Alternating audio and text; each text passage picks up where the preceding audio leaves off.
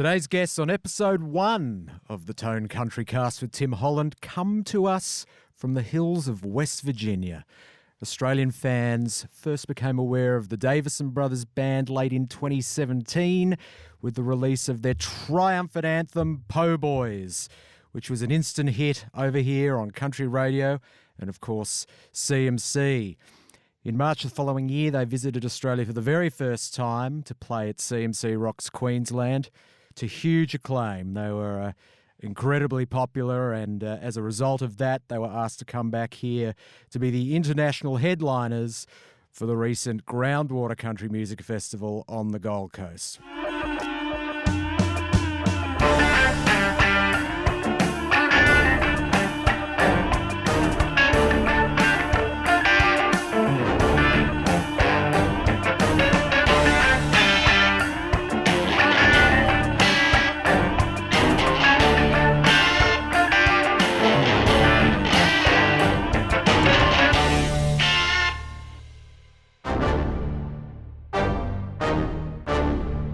So with special thanks to Forbes Street Studios here in Sydney, who are recording this very first Countrycast for us today. Welcome, Chris and Donnie Davisson. Thanks for having us. Thank you for having us. It's great to be back. And how has it been back in Australia for a second time? You've done your own headline shows this time around, and of course the Groundwater Festival. Just amazing. The people over here is what it's all about to us. And from the time we step out in these airports, you know, it's kind of crazy to us that being so far from home, literally getting out of the airport, there's people knowing us by our first name, taking pictures, and just an amazing thing. And everybody's so positive, and you know, it's just a good thing, and it's a good feeling. Just very welcoming. It's like our home away from home now, Australia, and we're always excited to get back. And I don't know, words can't really describe the feeling, like the response and the way the Australian fans, and we consider them friends now, like family, but just how much they appreciate music. Just they sing so loud, like it's hard for me to hear myself sing on stage. It's that intense, and I don't know, greatest feeling in the world. I remember when you first came here, and when we first met at the CMC Awards last year, and you know, you guys are very, you know, young and handsome still, but you know, you're not 18, and here you were coming to the Gold Coast for the first time, and Lee Kernaghan, during the awards, unprompted, started talking about your song, Po Boyz, and I could just see the joy on your faces. Yes, we didn't really know what to expect, and to be just a couple rows back, and Lee just brings up the Davisson Brothers sitting out there, and their song, Po Boyz, he said, I think I'm right. He said, I have wore out the speakers in my vehicle listening to Po Boyz. So that was just an honor, like to have him. I mean, we consider Lee like the greatest, and he took us under his wing and treated us like family. That's such a crazy experience for me personally, because you know where we come from back home in rural West Virginia, we don't know a whole lot about Australia or half the places in the U.S., you know, so we kind of grew up in a off the beaten path up in the mountains, and there's not a lot of phone signal up there or internet service.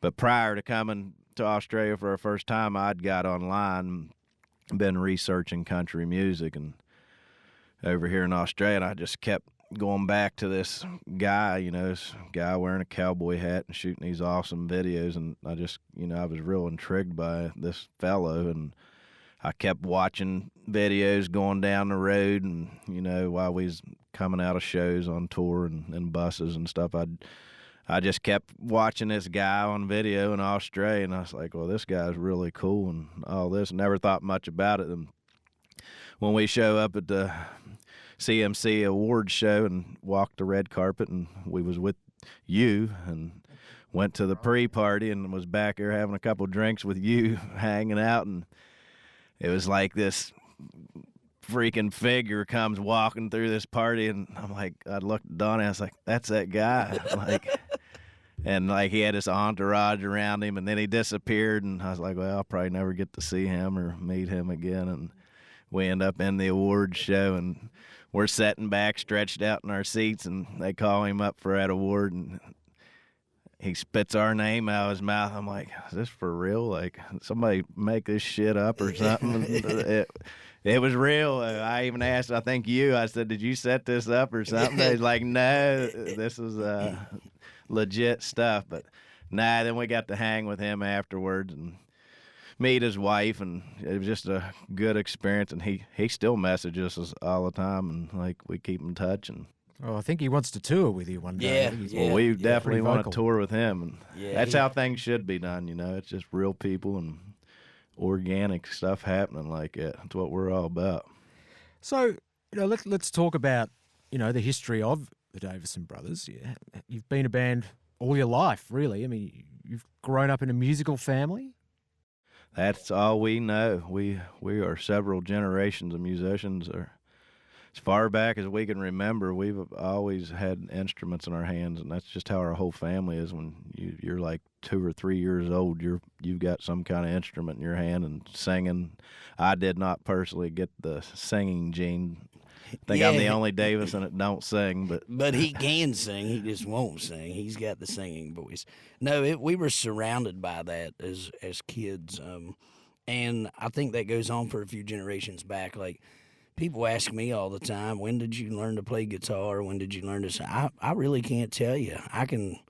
I look back through old pictures when we're home in West Virginia at Mom and Dad's house, and I mean, literally the guitar was bigger than I was in a lot of those pictures. Like, from the time we were big enough to move our fingers, I think, is when the guitar started. Dad, I can remember 4 or 5 years old, Dad showing me some chords on the guitar, but it was just always there, and his parents were the same with him too, so he goes back to playing at that age too and all that. And I don't know, we've just always had that music in our family. It was a part of life growing up in our household and around the farm, and people would come from all over when we were kids and play different instruments and sing and stay for a couple days on the farm, and music has just always been there with us. That's also how we paid our bills, as a family, and fed the family, and that was our source of income early, as like grade school. Like, before we was even teenagers, we had to go out with our dad and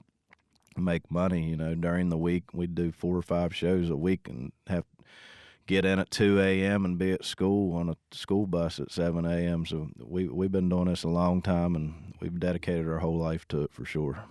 And is music something you can do in West Virginia? I mean, I know, in Texas, for example, you can have a career in Texas and not really go anywhere else and make a decent living. Is that sort of the same where you are? It kind of is and kind of not. We're the exception, our family. We're the only family in our state making a living playing music, and our dad does 250 shows a year, and obviously we tour. We're doing 200 plus 225 dates a year, and we're on the road writing songs and taking meetings in Nashville and doing media and press all over the world now. So we're on the road 300 days a year. Then there's another generation below us of family coming up that's also making a living playing music. But no, it's a really rural area. It's unlike Texas at all. There's no major cities in our state, and there's not a big population anywhere, and there's really no music venues, and we kind of had to create all of it ourselves. We went into places early on and started first time ever charging to get in a door of a place. So, and to this day, we still play these places when we have time in our schedule and go back and, support the locals that helped us get where we're at. And no, it's a rough business. It was really neat. Like, Dad would take us, that we would go play music anywhere they would let us. My dad bring us boys, and I mean, back we were underage too in a lot of those places. But like, Dad's friends would have a little pub down the street, and really not even a stage in there. We would go in there and they'd slide the pool table in the corner or put stuff behind the bar, and it'd be me and my brother and my dad, a 3-piece, and sometimes we were lucky we would find a drummer or something, another kid, or one of Dad's old buddies or something. But a lot of those places, they never had music unless Dad brought us, and we would go in. But I can remember the first time, like we were in high school and we started charging cover charge like $2 to get in these places, and all these folks in the hometown were like, we're not paying $2 to come in there and see that show. Like they'd never paid a cover charge before to see a band. So I guess we kind of created a lot of those the little venues that we do have in West Virginia. And I'm told you're actually now putting a festival on yourselves. Yes. It's our first annual Davisson Brothers Wild and Wonderful Country Fest. That is a very crazy story. We've had this idea for many years of, there's so much more to the Davisson Brothers Band and family than what we can give folks on a 3-4 minute track that you hear on the radio. There's so much else that goes on that's part of what we do. We live and breathe what we do, and it's a lifestyle. We just always had this dream of creating an event to where we could take all these people we've met in our travels going up and down the road, and all these people in Nashville and all these artists we tour with and all the fans, and kind of we find ourselves wherever we're at, we're showing our phones and showing pictures of our home and our culture and our heritage, our trout streams and our mountains. And we've just always had this idea of bringing all this together and showcasing our Appalachian culture and where we come from in a week-long event or a weekend event. And it finally come to life this year, after many years of it just being a dream. And we've got amazing artists coming, from Hank Williams Jr. to Old Dominion to Scotty McCreery to Diamond Rio, a lot of these new acts, Bishop Gunn, and just a lot of the up and coming acts, and a lot of the people been around forever. But we're also showcasing things that happen where we're from.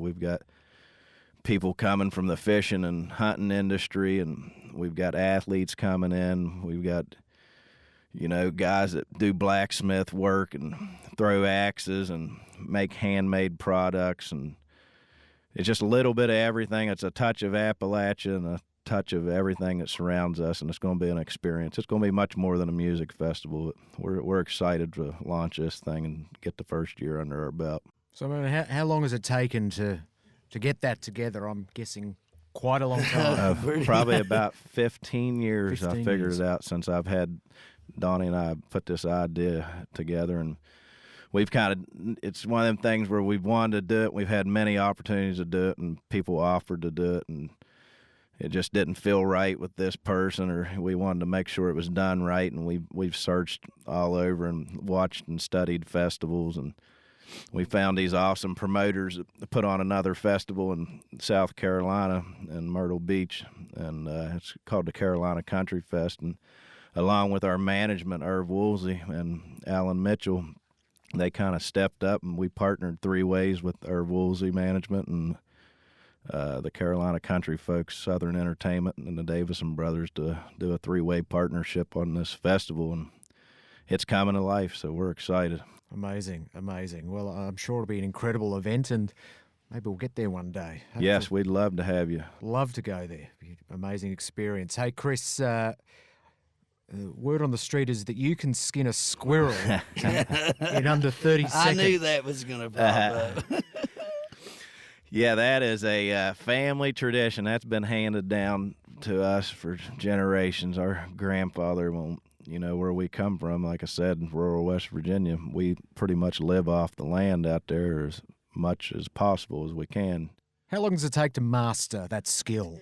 A lifetime, and a lot of cuts on your hands and a lot of accidents. But now, growing up, our grandfather, he always, he believed in whatever you could get out of your garden, and we'd put all that in the jars and make that last all winter, everything we grew there. Then in the fall time, we'd have to, go hunting and bring in some meat off the property, which was a deer or a squirrel or a rabbit or something, and we'd put that up and, put it in our freezers and freeze it, and that'd keep, we also raise cattle and chickens and pigs and all that stuff, but as kids, we would always go up in the fall and hunt squirrels, and it was kind of like also a little competition thing, whoever who can get the most.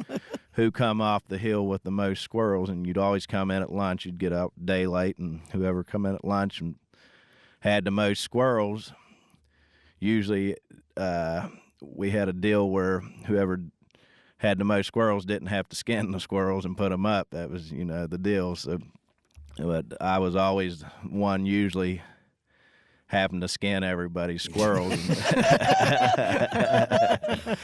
But not something you've mastered, Donnie? Yeah, but the real story is it usually takes two people to skin these squirrels. One would have to hold them, and the other one would have to use a knife and skin them. But these guys were always bullshitting with each other and drinking beer about that time, so I had to get pissed off waiting on them, and I just taught myself to do it by myself with one hand and get as fast as I could. And 23 seconds, I think I saw on your show on CMC the other day. I actually did one in 14 seconds, and the camera missed it. So is that the world record? It might be. Yes, it has to be.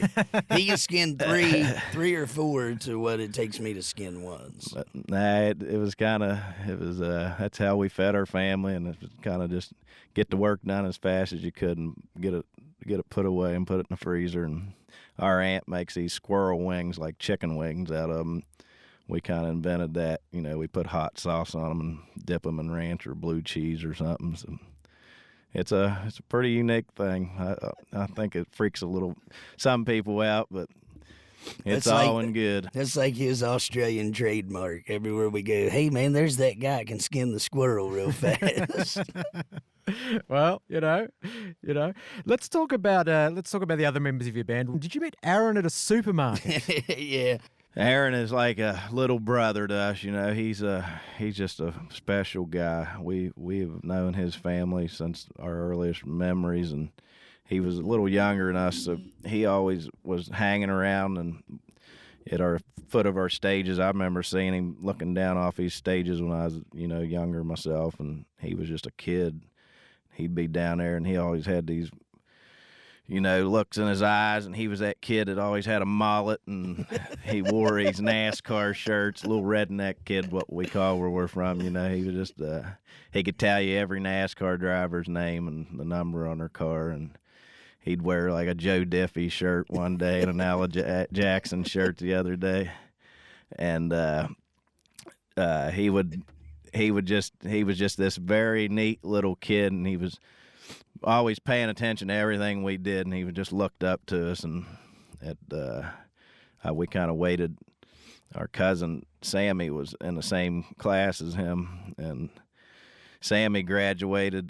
They were supposed to graduate the same year, but Sammy graduated, and Aaron had to come back and repeat some of his classes the next year. That's why we call him Riri. But but anyway, we call him Riri for repeat. But as soon as he got out of high school, I called him, and I just called him out of the blue. I said, "Hey, man, we need a drummer right now." And he stuttered a little bit, and he said, "Well, I'm playing video games right now, and can I get back to you?"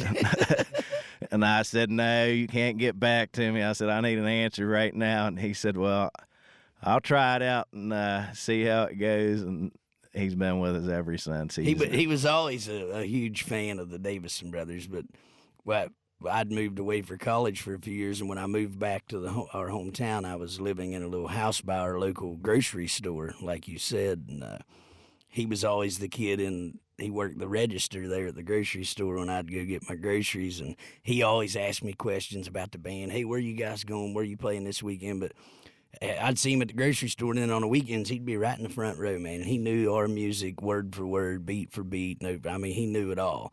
So when he finally got old enough to join the band, he already had all that. I mean, it was so easy. Like the first night we called him, I think it was a Thursday night, he stepped in, and he's been with us ever since. Yeah, he was always amazing to me because he had this Jimi Hendrix, like Mitch Mitchell kind of thing when he was just a teenager, and I'd watch watch him from the side, and I was kind of scouting him out way before he knew it. But he just had this cool ass rock Jimi Hendrix feel to him with his snare, and Just play real hard. he didn't overplay his toms. You know, it was more of a pyre kind of thing that he did, and Solid. He just real solid. less in is the more. body. And you know, he just had that rock thing that we was kind of looking to bring into what we do and kind of make our sound a little more rock. So Let's talk about one of the big moments in your life, that day when George Strait's manager gives you a call and tells you he wants to be your manager. What were you doing at the time? Were you feeding the chickens? Were you,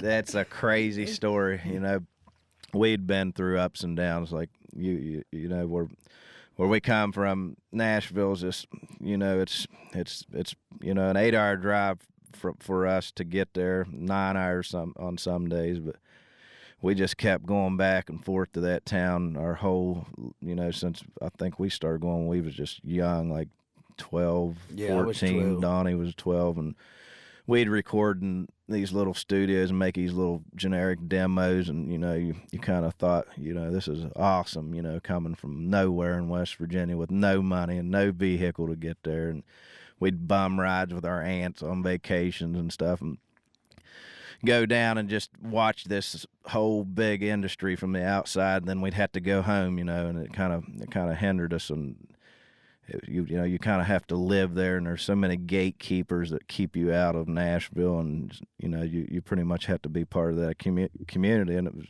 back in those days, it was a little harder, you know, but we had fought for everything, you know. There's nobody ever handed us anything and made anything easy. Everything come hard. We had to just keep going down, and just hundreds of trips, just, you know, just taking swings where we could. And we'd met a couple people and recorded a couple things, and, you know, we did our thing and we tore. That's, you know, we're just known for touring our asses off and putting in the work and not expecting a handout from anybody, and no magic wand's gonna get you anywhere. So we just put our heads down and tried to outwork everybody, and it was a kind of an amazing day. You know, we'd just been working so hard and, you know, fighting the battle down there, trying to get our music out there and just trying to make a better life for our family back home at the end of the day. And, you know, and you don't expect anybody to kind of notice and pay attention to that, and we just kept doing what we was doing. And I'd put the word out down there to a couple people, and the crazy story is there's this place called Losers in Nashville. I've been there. Yeah, I bet you. It's next to Winners. You remember it? You go to Winners, then you go to Losers. Yeah, they're right beside each other. Yes.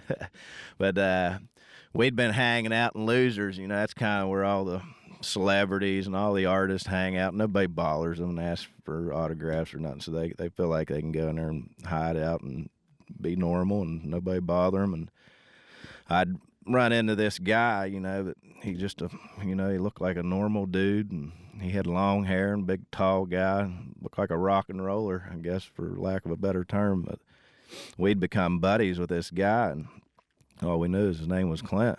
And I'd hung out with him. He had this band, and I kept saying, yeah, come up to West Virginia and tour with us, and still didn't put much thought into it. And I just told this guy our story, and he kind of watched what we was doing a little bit. And we was down there one day, and, you know, I just put the word out. It was like, yeah, we're kind of looking around for somebody to help manage this band, and didn't really think a whole lot of it. And all of a sudden, you know, a couple months went by, maybe 1 or 2 months or something, and we was in our little bus. We got a little bus we tore around in, and the band was somewhere, and I was doing something, driving down the road, and we got this phone call, and it was Clint, the guy from the bar. And I said, hey, what's up, man? And he said, hey, my dad wants to know if you'll take a phone call. I'm like, yeah, sure, yeah, whatever. And I said, yeah. So it wasn't like literally 2 minutes later, Mr. Irv Woolsey calls me and goes, Chris Davisson of the Davisson Brothers? And I said, yeah. And he goes, well, this is Irv Woolsey in Nashville, Tennessee, and we'd like to see if you'd be interested in becoming part of our family and letting Irv Woolsey Management represent you, and let me manage it with some of my guys, Alan Mitchell. And I literally about wrecked the vehicle. I shouldn't be saying this, but I answered the phone while I was driving, and I literally about run off the road. And I was like, "This for real?" So I was like, "Donnie, we gotta go to Nashville and." Right now. Yeah. But if you don't know who Herb Woolsey is, I mean, if anybody's in the country music business, he's managed George Strait, the king of country music, since day one on a handshake deal. If that tells you anything about who Herb Woolsey is, he's just a stand-up, straight-up guy, old school, and he's exactly what we needed. And just he's not just our manager. Him and Alan Mitchell, they're like family to us. Alan's like a brother, and Herb's like a father to us. In a way, he's like he's more than a manager. He really cares, and we talk all the time and we just have normal conversations. And he owns losers and winners, so we get to spend a lot of time there with him. And he's instead of going to his office all the time, we'll just meet at his bar Losers over, and he does free entry. Yeah, there's a lot of business done at his little table over there. But it's an interesting story because we'd always be in there and see him sitting at that table over there, and that's like the king of country music, and he was so distant, and you knew better to go up and approach him or anything. And for him to approach us guys from nowhere in West Virginia was amazing day for the Davisson Brothers. And I guess, was it that relationship that connected you with Keith Stegall, who, was Alan Jackson, Zach Brown band producer? Yeah, that kind of all come together. Like, to finish off what I was saying, we didn't even know Clint was Irv's son to make this whole story complete. So my dad wants to take a phone call with you. Could have been, sure, Yeah, it's sure, he's a nice guy.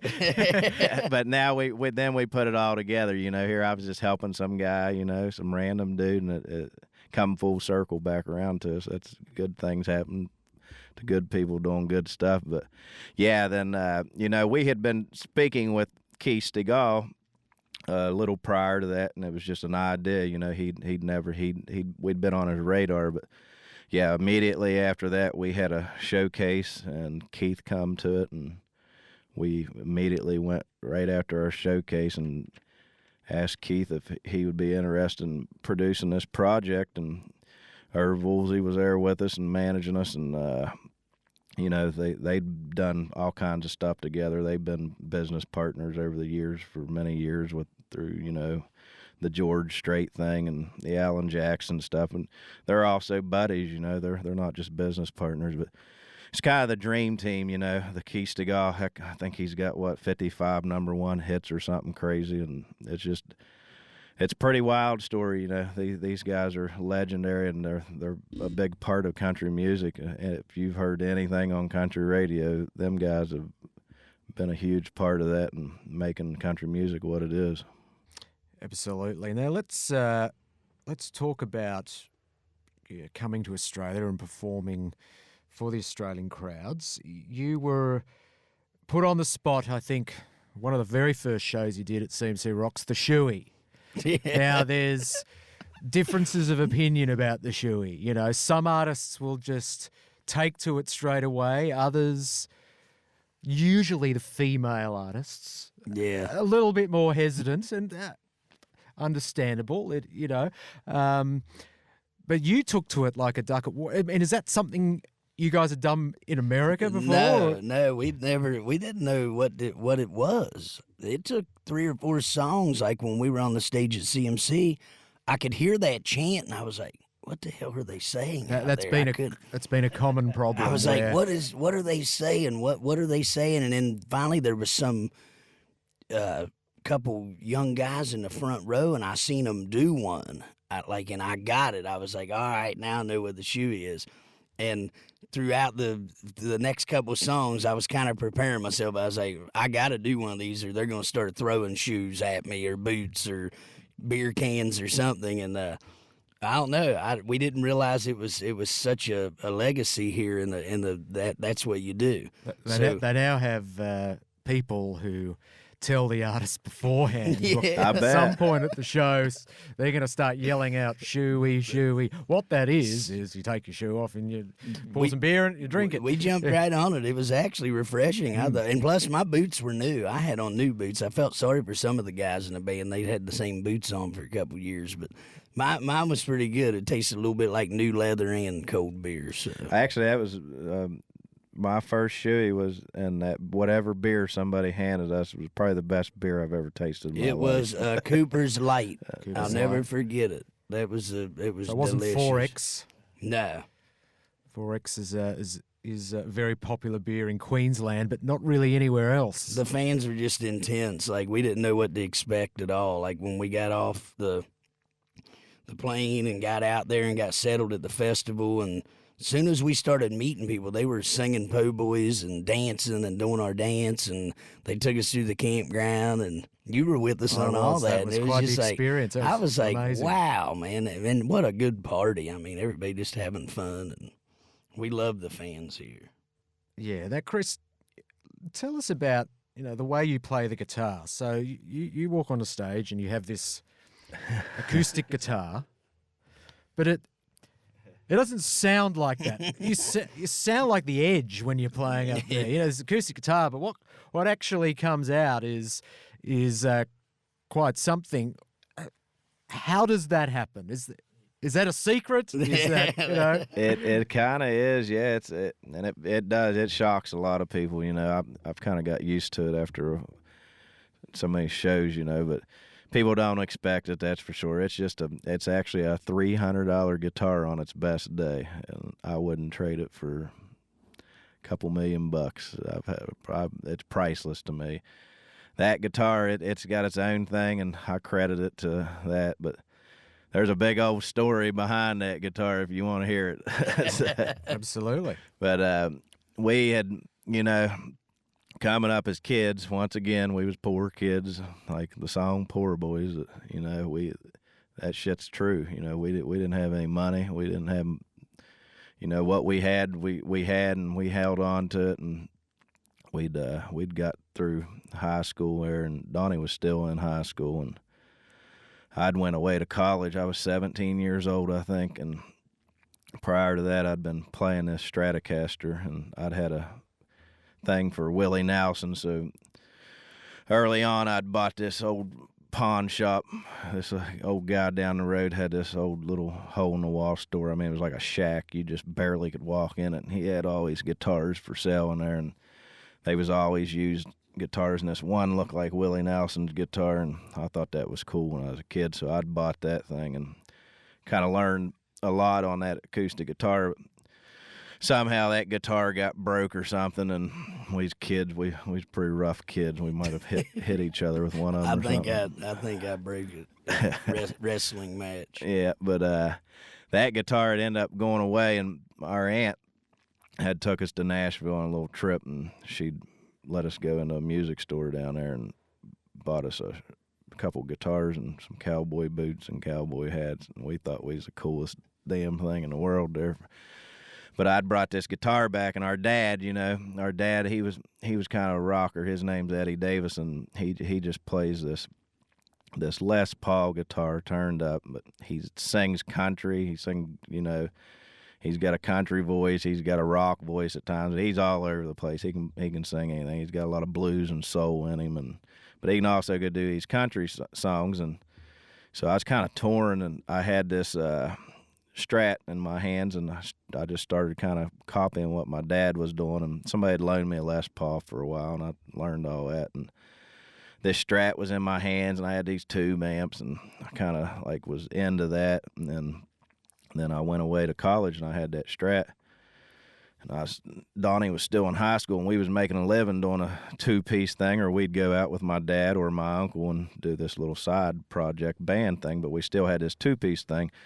And, I was kind of just looking for more and more all the time. I was like, man, we're doing this two-piece thing, and we kind of need to acoustify this thing a little bit and keep it for real, because Donnie always played an acoustic guitar. But so Donnie had this nasty-looking pink guitar. I mean, it was a fluorescent pink Ibanez electric guitar. It had a whammy bar on it, and it was like bright 80s pink. Like you had to wear sunglasses in the bar to look at this guitar.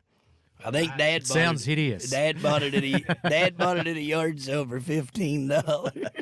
But anyway, so I'd got into college my first year. I was 17, moved out of the house very young, and this kid I was around in my college apartment, he'd stopped over and he had this guitar, this acoustic guitar.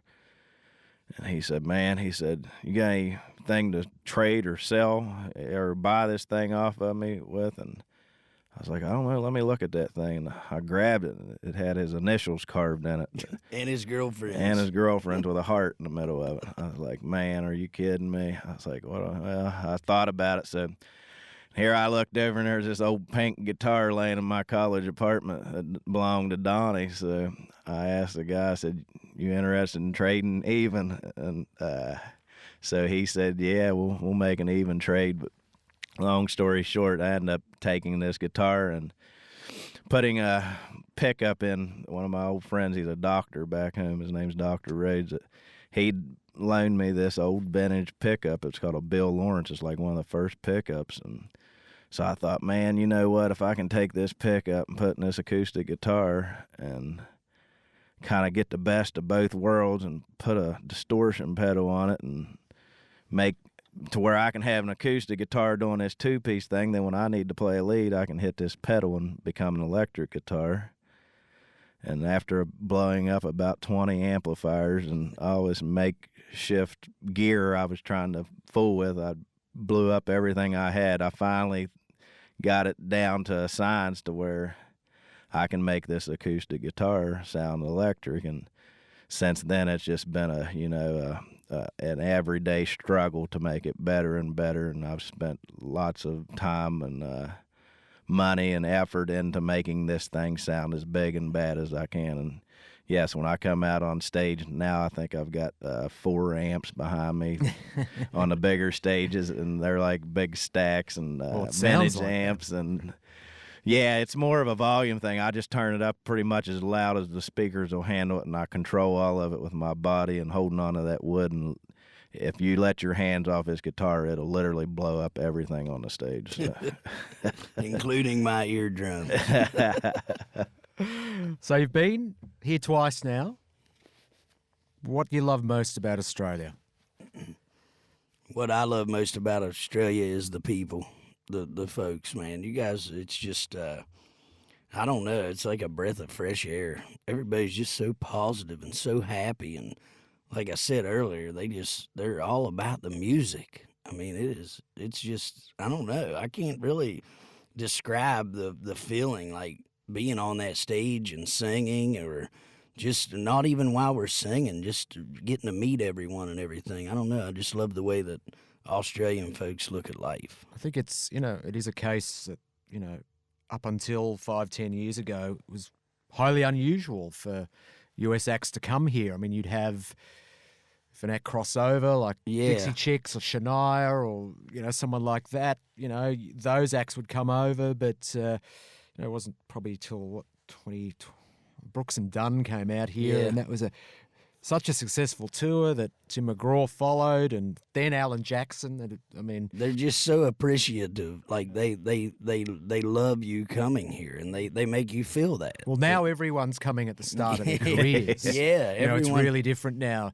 They're not waiting 20 years, and they're coming. All of our friends in Nashville are like, take us to Australia with it. I mean, that's all we talk about. Everyone loves it. Yeah, I had to agree with him. It's the people, and like when we met you was like the first person we met here, and like besides a couple people in the airport. But since our first step out of that airplane, we have just had great experiences just talking to everybody. And you guys are similar to us in a lot of ways where we come from. In our part of the United States, it's everybody's just they look out for each other and they care. And some of these people we met out in the bush and stuff that it just reminds me of being exactly at home. And I don't know, it's hard to explain to people. We try to explain it all the time back in Nashville and back in West Virginia to people, like It's something words can't really explain. It's a feeling you get over here.